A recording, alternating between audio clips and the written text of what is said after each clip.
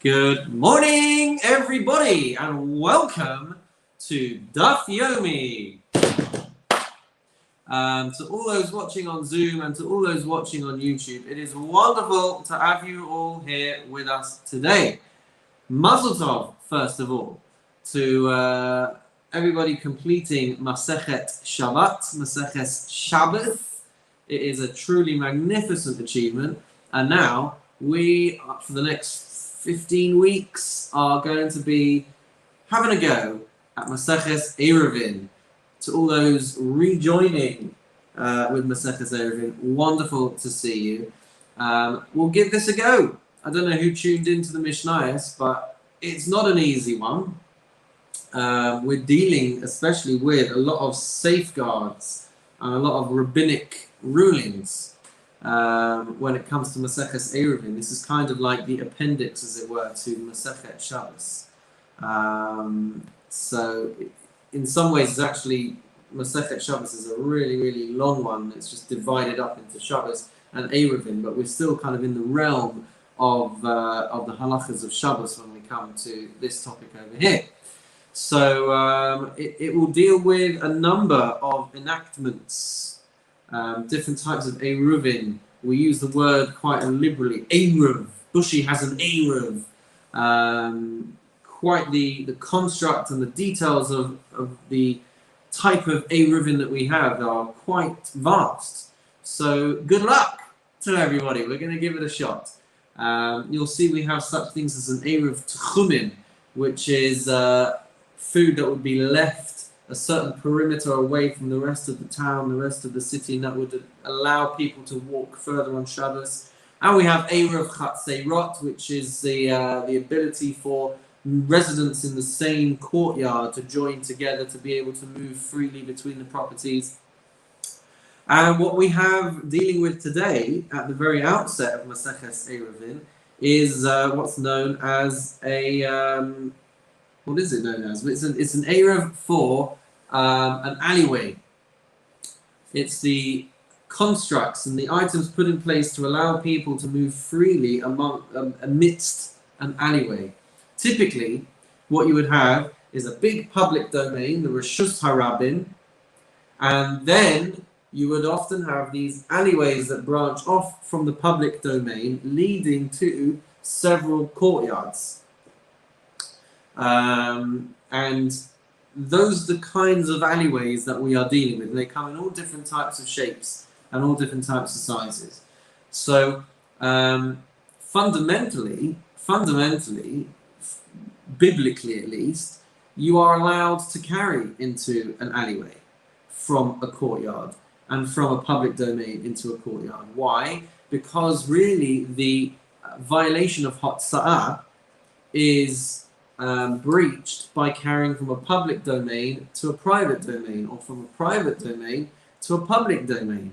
An alleyway is not, strictly speaking, a public domain. And so, biblically, to carry from a courtyard or from your house into an alleyway is not actually going to be violating the biblical commandment, the biblical malacha of Hotza'ah. These are safeguards that were put in place in order to prevent people from violating the biblical malacha. What's interesting is that in a lot of ways, these kinds of halachas help us to understand the kind of relationship that we have with Hashem. If we can picture, for example, the relationship between a father and a child, right?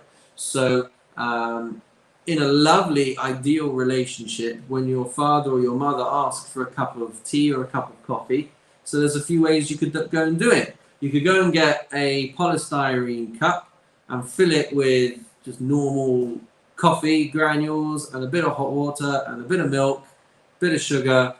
Here you go, have your cup of coffee.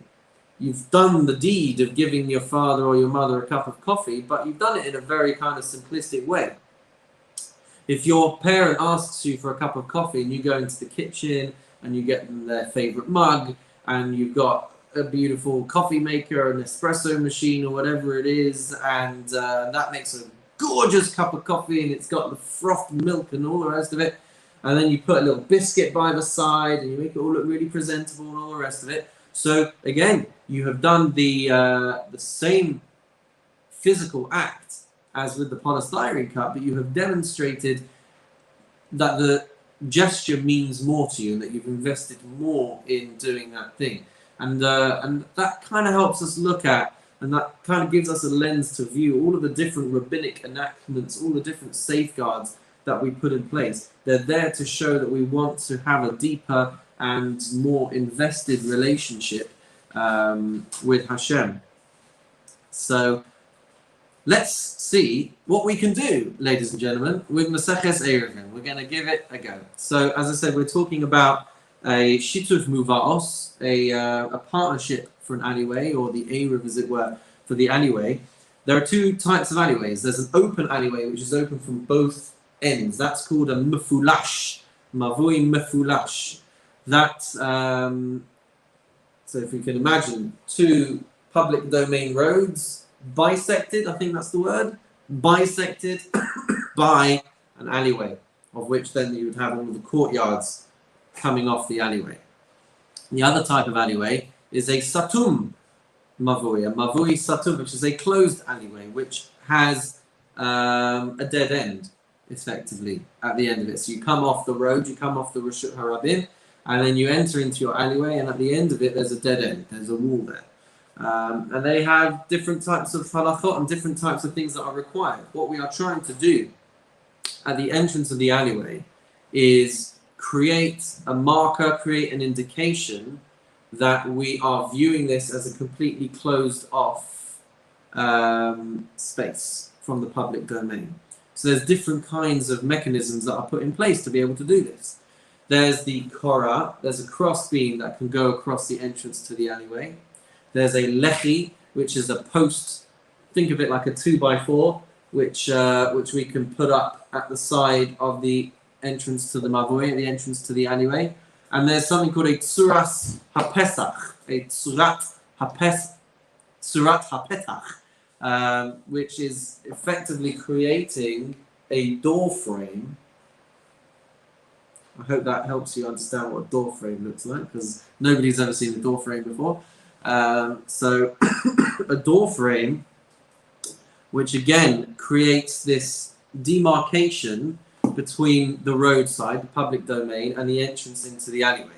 So what we pick up with over here on page 7 on Daf Zayin Amud Aleph, and we're going to take it from a couple of lines towards the bottom of 6b. So apologies if you took a look at this a bit yesterday, but we are dealing with a scenario of a town called Naharda, or Nehardia, which was in Babylon, in Bavel, and they are describing a particular type of alleyway which was shaped like an L. It's an L-shaped mavui, right? So it was open theoretically from both sides, but the shape of the alleyway was a right angle. It's called a mavui akum, if I'm not mistaken. And there's a machlokes as to which of these mechanisms need to put in place to be able to justify and permit carrying, rabbinically again, within the confines of this alleyway. Is it viewed as a closed alleyway because if you walk in from the street, you're going to hit a dead end? There's also a bend, but if you're looking at it, it looks like a dead end.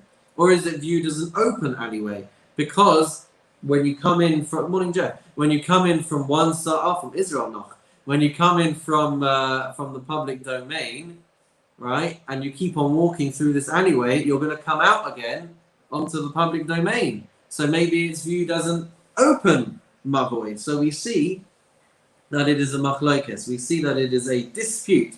So we're going to get it up on screen for everyone here.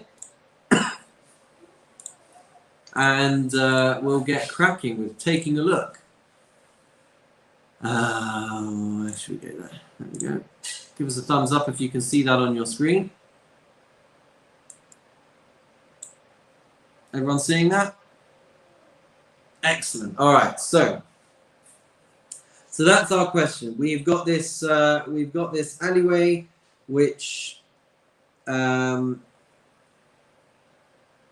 which could require multiple types of things. So we're going to go, let's just go from over here. Hahu mavui akum dahava b'nahada. There was a mavui akum, which is our L-shaped alleyway, which was in Nahardia. Ramu alei chumra de Rav v'chumrei de Shmuel v'atzruchuhu dlatot. So they called for the stringencies of Rav and they called for the stringencies of Shmuel to be adopted. And it would need doorposts. It would need these gateways at the corners of the bends. Okay? Chumrei de Rav de amata rasach mufulash. They called for the stringencies of Rav because he said that this alleyway should be viewed as an open alleyway, open on two different sides. V'ha'amar Rav halacha k'tamakama. But hold on a minute. We see that Rav says that the law follows, the halacha follows the Tanakama, the first Tana of the Baraisa, who had said that an open alleyway would not require doors, right? And who would say that you only needed Tzuras HaPesach, you only need the shape, the form of a doorway. Kishmuel, and we adopt so we say that we adopt the opinion of Shmuel, the Amar Halacha Kachananya, who says that the halacha is in accordance with Chananya, Amar Shmuel, Torasa Kesosum. But we have a difficulty because Shmuel says that the halacha is, this alleyway is closed, because when you walk in, again, you're going to hit a brick wall.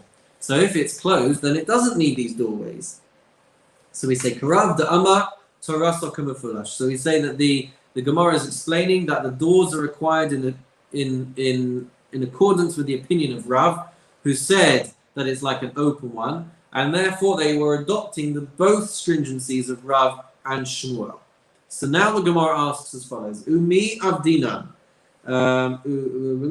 where is it? Umi Avdinan Katrei Chumrei. Do we actually adopt two stringencies when people are disagreeing? That's the question the Gemara poses. Vahatanya, but we have a Baraisa. La'olam halacha kabeis Hillel. We will probably be familiar with this, that in a machlokes between Beis Shammai and Beis Hillel, so we always follow the opinion of Beis Hillel. So, la'olam halacha kabeis Hillel. The halacha is always in accordance with the opinion of Beis Hillel. V'harotza la'asos kedivrei Beis Shammai oseh, kedivrei Beis Hillel oseh. And anyone who would want to follow the opinion of Beis Shammai may do so, and anyone who would want to follow the opinion of Beis Hillel may do so. Mekule Beis Shammai and Mekule Beis Hillel, Russia, a person, however, who wants to follow the lenient opinions of Beis Shammai and the leniencies of Beis Hillel, so that person is viewed as a Rasha, trying to get the best out of both worlds. Mechumrei Beis Shammai, Mechumrei Beis Hillel. But what if a person wants to adopt both stringencies, which is why we're bringing this source in the first place, because we've just said that we should adopt both stringencies. So this Baraisa tells us that a person who wishes to adopt the stringencies of Beis Hillel and the stringencies of Beis Shammai, alav hakasav omer, about such a person, the verse would say, hakasil b'choshech holech. This is not a compliment. The fool who walks in darkness. Someone who is always trying to take the strictest approach, even when they could, in some instances, follow the more lenient opinions. So about him, the verse is written that he's a fool who walks in darkness. Ella, rather you should be a person who adopts all of the leniencies and all of the stringencies of Beis Shammai, or you should adopt the stringencies and leniencies of Beis Hillel alone. Hagufa Kasha, asks the Gemara. But this is this Baraisa is in itself difficult to understand, because we're going to, if we haven't picked up on that nuance already, there seems to be a contradiction in this very teaching. You started off by saying that the halacha is always like Beis Hillel. But then you went back on yourself and you said that a person who wants to act in accordance with Beis Shammai may do so. So this source that you're bringing in itself poses a big problem for us. Lo kasha, answers the Gemara. The Gemara says this is not a question. Kan kodem baskol, kan la'achar baskol. One one statement is talking about before the bas kol came out to announce to everybody the divine voice that came out and emanated and told us that we should always follow the halacha like Beis Hillel, and one is talking about after. So after the divine voice was issued, then we should be adopting only the halacha like Beis Hillel. But prior to that, it would have been okay to adopt either opinion. Alternatively, we could say hava halaacha bas kol. Actually, it is all talking about after the divine voice had emanated, telling us to follow Beis Hillel. Rabbi Yoshuahi delon mishkach bas kol. But the latter statement is in accordance with Rabbi Yehoshua, who does not pay attention to the divine voice, and so according to him, the resolution has not yet been reached between Beis Hillel and Beis Shammai. Or you could say Hachi Ka'amar, that this is what we are trying to say. And for this, we will scroll down, and now we're at the top of Zayin Amud Aleph. We are second line down. V'bais Eima, or you could say Hachi Ka'amar, that this is what we're trying to say. Kol Heicha de Mishkachas Trei Tanai Utrei Amorai de Pligi Ahadei Ke'emach Lokes Beis Shammai Ubis Hillel. That the resolution is as follows. Now, when you find that there are two Tanaim, rabbis from the Mishnah, or two Amoraim, rabbis from the Gemara, who are disagreeing with each other in the same way that Beis Shammai and Beis Hillel would be disagreeing with each other, Lo le'avet ki kulei damar ve'ki kulei damar ve'lo kechumrei damar ve'chi chumrei damar.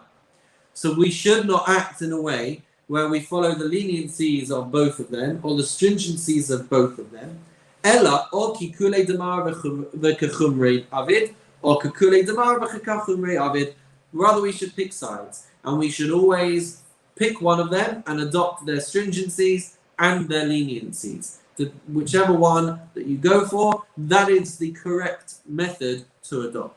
To which the Gemara asks, Mikol Makom Kashya. In any event, this is still going to pose a problem for our alleyway, our L-shaped alleyway, who had ruled to take on the stringencies of Rav and of Shmuel. To which Amar Rav Nachman bar Yitzchak. Rav Nachman bar Yitzchak says, Kulei Kurav Abduha. In reality, they actually acted entirely according to the opinion of Rav.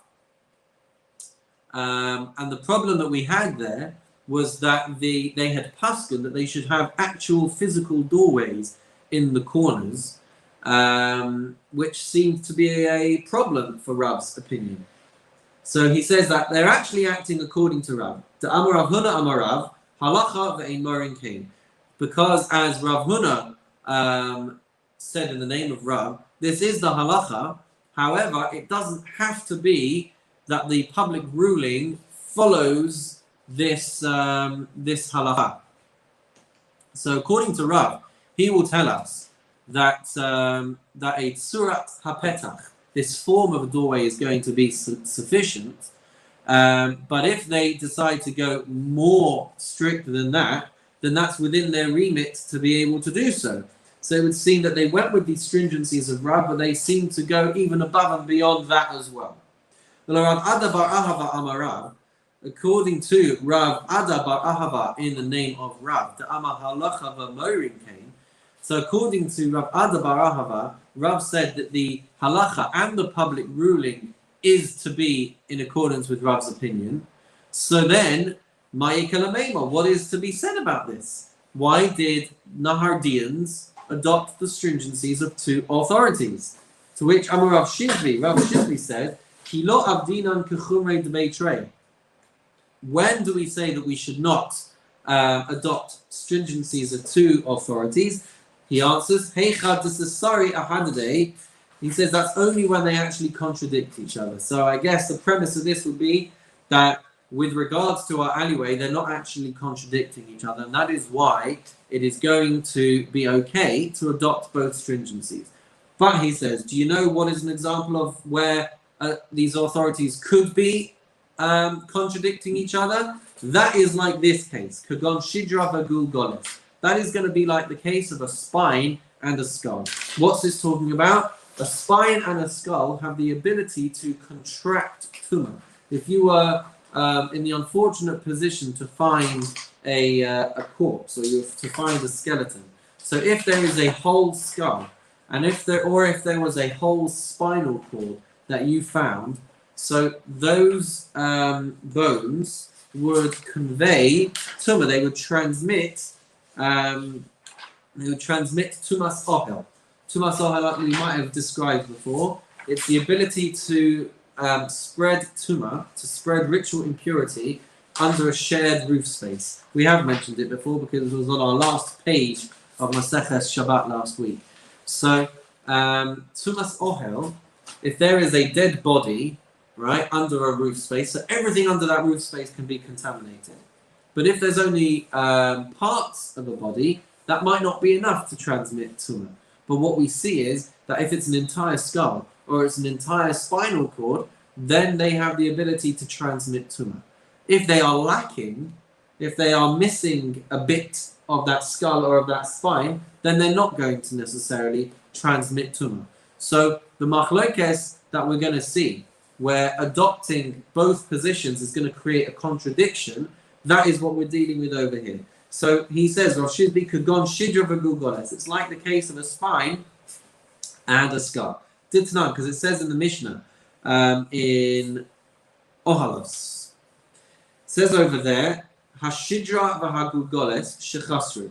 If you've got a spine or a skull which is missing part of the construct, then it's not going to transmit tumor. The kalachis b'shidra. So how much should a spinal cord be missing before it does not pass on the impurity? Beis Shammai omrim shtei chulios, ubeis Hillel omrim chulia achas. Beis Shammai say if it's missing 2 vertebrae, then it's not going to transmit tumor. That's quite a strict opinion, isn't it? Right? Because Beis Hillel say that it's only 1 vertebrae that needs to be missing before it will not transmit impurity. So Beis Hillel are coming out with a lenient ruling, only 1 vertebrae, and Beis Shammai are coming out with a bit of a stringent opinion, a bit of a stricter opinion that it needs to be missing 2 vertebrae, and then it won't transmit tumor. Ubagul goles, what about with a skull? Beis Shammai omrim kimlon makdeach. Beis Shammai say that it has to be missing the size of a little drill hole. Beis Hillel omrim kedei shinatel min hachai v'yamus. Beis Hillel say that it must be missing the amount that if it was removed from a living person, he would not be able to live any longer. It would be too much, brain exposure by having this piece of skull missing. So if he was missing a piece that size, then he would not be able to survive. So it would seem, therefore, that Beis Shammai are adopting, again, a very strict opinion, very tiny, small size, and Beis Hillel are having a more lenient opinion, that it's a bigger size. Va'amar Rav, and this is the crucial bit where we see the contradiction now. Va'amar Rav Yehuda Amar Shmuel, Rav Yehuda said in the name of Shmuel, V'chein le'inyan treifa. So it is with regards to a treifa. A treif, we're all familiar with treif meat. Even a kosher animal can be treif. Treif means that it has got a defect which is going to cause it to die within the next 12 months. So if this animal was missing in its lifetime some of a certain amount of size, then they are going to be considered a treifa. So let's take a look at where this puts us now. Beis Shammai had said if it's missing 2 vertebrae, it's going to be considered a treif animal. It's going to be considered an animal that's going to die in 12 months. Well, now all of a sudden, Beis Shammai very lenient. Beis Hillel now are the ones who are very strict. If you're missing even 1 vertebrae from your spine, then you're going to be considered a treifa.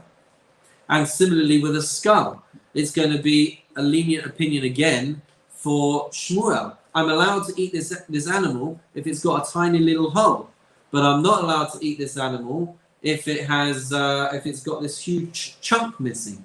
So what we see is that with regards to impurity, I'm following these opinions, but they contradict each other when it comes to following it for treifa and being able to eat this animal. So that is the example that he's bringing of where you can't now follow both people because they are contradicting each other. So, if they are not contradicting each other, then we can act in accordance with the stringencies. So, in our case of the alleyways, that's going to be legitimate. Okay, but where they're contradicting each other, like our shidra and gugoles, like our spine and our skull, then we should not follow them.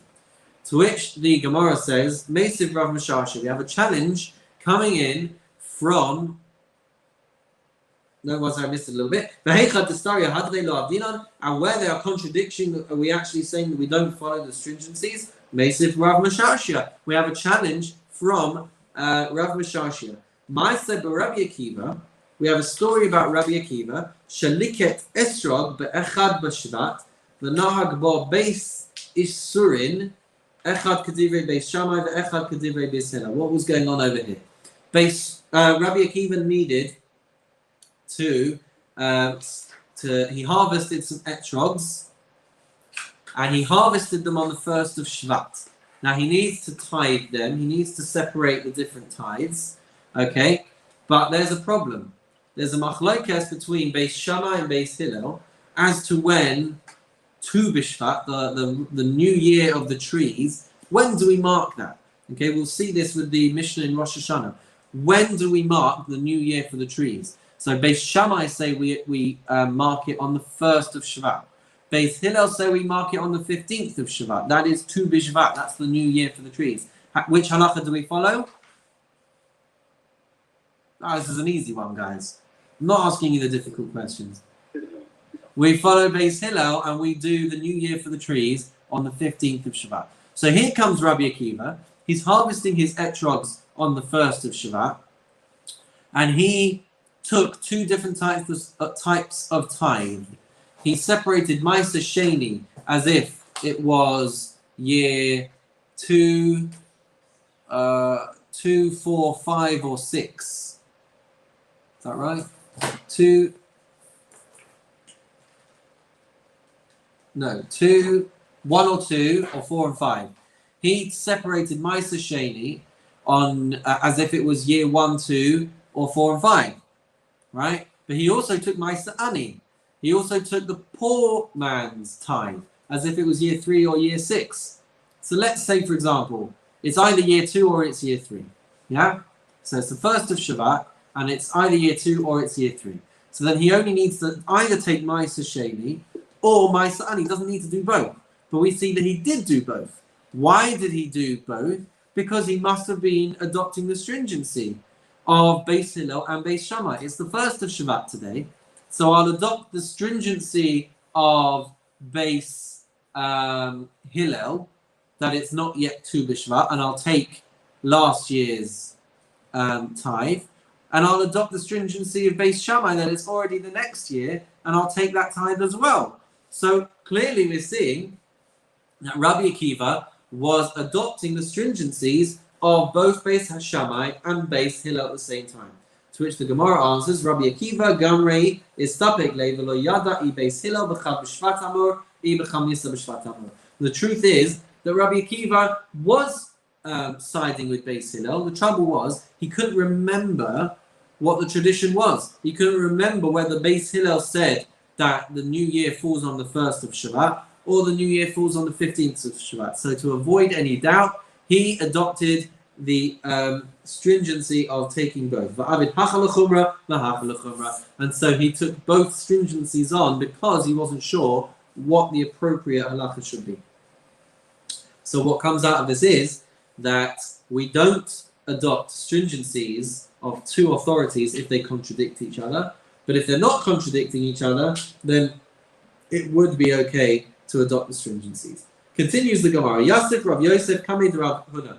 Rav Yosef was sitting before Rav Huna. V'Yasef v'Ka'amar, and he was sitting and saying, Amar Rav Yehuda Amar Rav. Rav Yehuda said in the name of Rav, Machlokes v'sarti amikan v'sarti amikan. Upalti amikan, upalti amikan.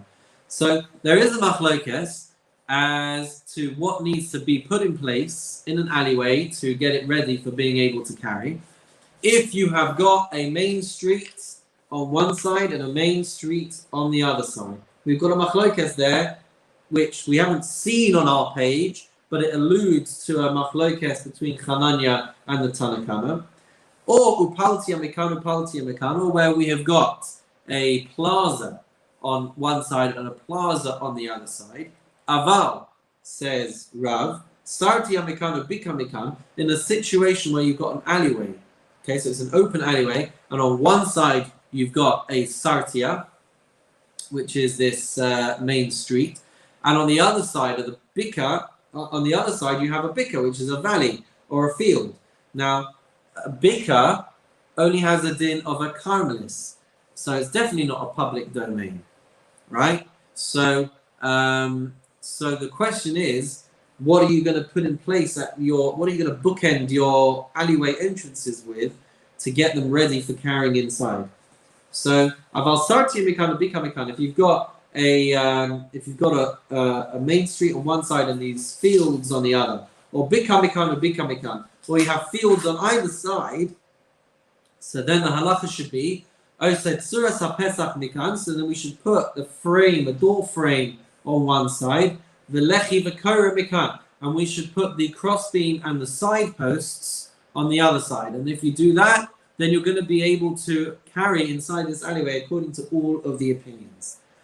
Hashta, sartia mikana bika mikam. So you can try. I don't think you could have an Eruv in a open space. I know you're talking about an alleyway here, but how do you end up with an alleyway where there's a field on one side and because usually there are walls, there's some form of structure to create on either side to create the alleyway. Yeah, so I think if we can imagine that all of the properties are enclosed by walls, and they're just backing out onto think of it as backing out onto a golf course. Right? So if you follow the boundary of the golf course, and then there was an alleyway leading out of the golf course, perhaps we could picture it in that kind of way. So there's going to be a perimeter to the field. I can visualise that. If you go down to Little Bushy Lane, there are alleyways between the various sections of the cemetery. They were in fields originally. There are alleyways leading to. Oh, really? Okay. Yeah, so you've got from Little Bushy Lane, I think, right down to the A41 of the A41. I think one of them may even link down to the M1. So if I'm just trying to, I can't picture what you're talking about when you say there's a field. Mm-hmm. Because why would you have an alleyway that's bordered by a field, which essentially it would just be an open path, wouldn't it? No. What about Edgewoodbury Park? Edgewoodbury Park, the boundaries of that, you've got all of the fences to the houses next to it. Yes. Okay, and if we were to have then a gap in those fences or a gap in those walls, what people do, they have gates that they could open. No, but not to an individual property. I'm saying if we've got then an alleyway that comes out of that field, it comes out of that park, it comes out of that golf course, and then it leads to courtyards coming off that alleyway. I wouldn't say it's completely unreasonable to assume then that you could have an alleyway coming off a field, coming off a golf course, coming off a park, whatever it might be, which is then leading to these other houses. And the question is to be able to carry within that alleyway, what do you need to have in place to be able to do so? To be able to carry in the alleyway means that you can also then carry potentially into someone else's courtyard. So you can go and visit all of these other residents along that section and move freely between the alleyways, between the courtyards and into the houses of those courtyards. So it frees you up to be able to do that if you've got this. We're a bit spoilt because we create this whole macro Eruv situation. But without a macro Eruv situation, you could create a micro situation to allow you free passage and being able to carry between all these different houses. Pardon me? Between Harrismead and Warmer Gardens in Edgware, there's an alleyway. There are 2 alleyways. Okay. Yeah. And you've got 8 houses, 2 in Harrismead that back onto 2 houses in Franklin Gardens. You cross over the road in Franklin Gardens. There's another alleyway, 2 houses in Franklin Gardens, and then another 2 in Warmer Gardens. If all 8 of those houses had side gates, before there was an Eiruvin Edgware, what you're saying is you could put a doorway at the top of at either end of each alleyway, and between the 4 houses that back onto the side onto those alleyways, you could have carried in there. I'm saying that yes, potentially you could have done that. Yeah. No, I understand that. Yeah. That seems like it could be a good contemporary example. All right, thank you. But now you've completely alienated anyone watching from outside of Bushy or Edgware. So to all those watching from Israel, I hope you haven't been.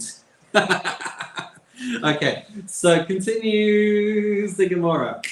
Where are we up to?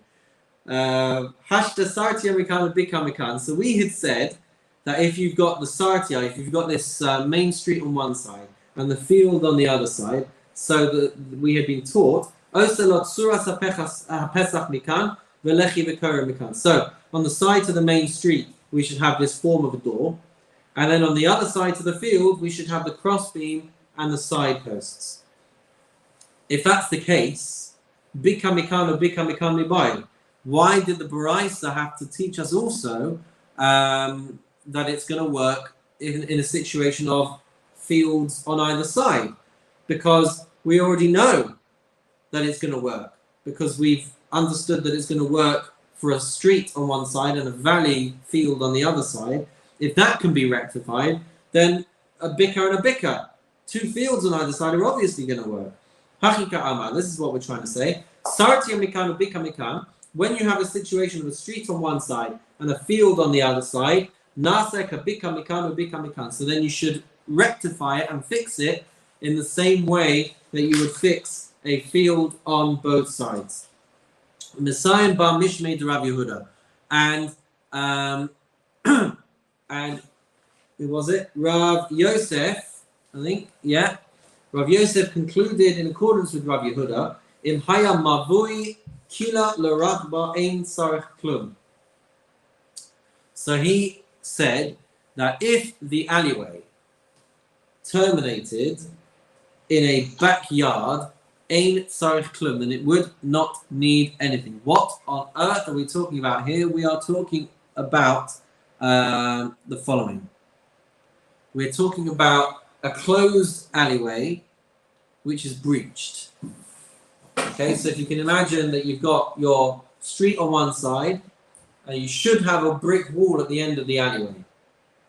But you don't have a brick wall at the end of the alleyway. You actually have a hole in the wall which is progressing into someone's garden, into someone's courtyard, or into someone's back property space.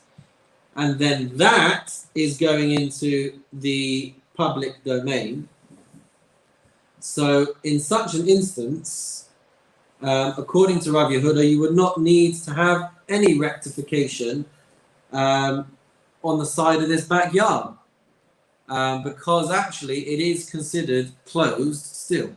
So as long as you've got your measures by the public domain, it's going to be okay to go through. So even though you have this breach at the other side, according to Rav Yehuda, you're not going to need anything. Amalei, by the way, if you're confused, I'm confused. All right, this is it does get a little bit technical and a bit tricky, but you know, credit where credit's due. We've been doing well so far. Amalei Abai Rav Yosef. Abai said to Rav Yosef, Had Rav Yehuda u'Shmuelhi. So this ruling is the ruling of Shmuel and not the ruling of Rav. The Rav, as we turn the page onto Amud Beis into the second side, the Rav, if it was according to the ruling of Rav, so then Kashir the Rav B'tarti. So then we are going to have a two-way contradiction in the statements of Rav.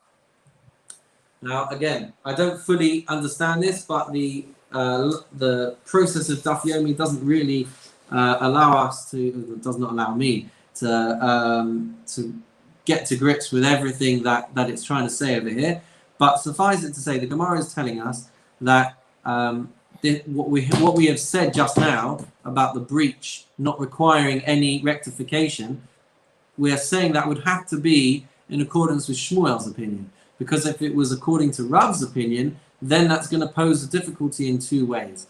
One, with regard to the fact that the alleyway is opening to the public domain on two opposite sides. And so it should need a rectification, but we're saying that it doesn't. And the second, the Amar Rav Yirmiyah bar Abba Amar Rav, because as Rav Yirmiyah bar Abba said in the name of Rav, Mavoi shenifratz b'melo lechatze v'nifratz lechatze kenegdo, chatze muteres mavoi afsur. So if the alleyway was breached along the entire length into a courtyard, so it's a completely open alleyway into this chatzer, into a courtyard, and then the courtyard is breached into the public domain. So over there, Rav Yirmiyah said in the name, Rav Yirmiyah bar Abba said in the name of Rav that you're allowed to carry in the courtyard, but you're not allowed to carry in the alleyway. So if you're not allowed to carry in the alleyway, but just a second ago, at the bottom of the first side, we said that you could carry, so then it would seem to be a contradiction. Va'amai lehave kamavui shekala merachba. Why is this not the same as an alleyway opening into this backyard, where we just said it doesn't need any rectification to be able to carry? So that's our two pieces of evidence that this can't be going like Rav, because otherwise it's contradicting him. Amalei, so he said back to him, Ana lo yadana, I don't actually know whether Rav Yehuda was saying it goes in accordance with Rav or by Shmuel. Uvda hava badura dera'us, but what I do know is that this scenario happened in Dura Dera'usa. Does it translate it? Oh, it translates it as a shepherd's village. I had it here as the town name. But anyway, so it happened in a particular place, Mavui Shekala Larach Bahava, and it was a situation of an alleyway feeding into a backyard, and there was a breach from one public domain to the other as a result of that.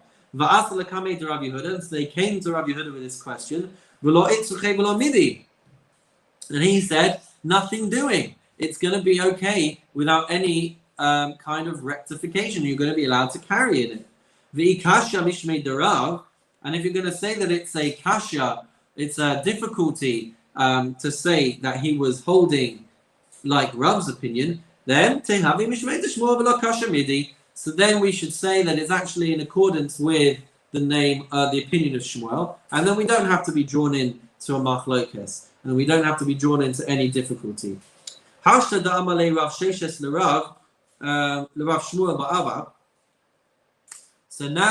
that Rav Sheshes is saying to Rav Shmuel bar Abba, Va'amri lei Rav Yosef bar Abba, and some say that he was saying it to Rav Yosef bar Abba, Asbaralach.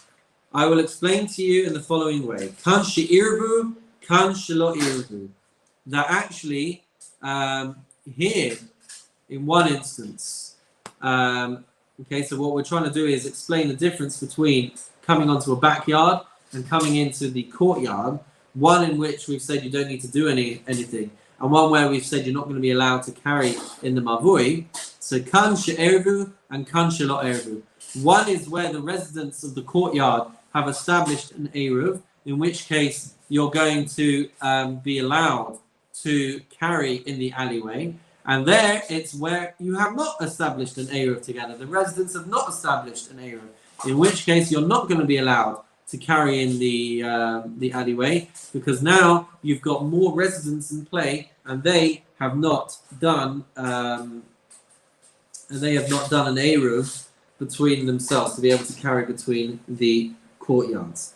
We're actually going to leave it there for today, even though we've got a couple of lines left, but the topic gets more complex. So that's all we're going to do for today. Shakoyach for joining us. Thank you very much for joining us. It is tricky, but stay in there. It's only 15 more weeks before we move on to the next one. So I wish you all a wonderful and meaningful week ahead.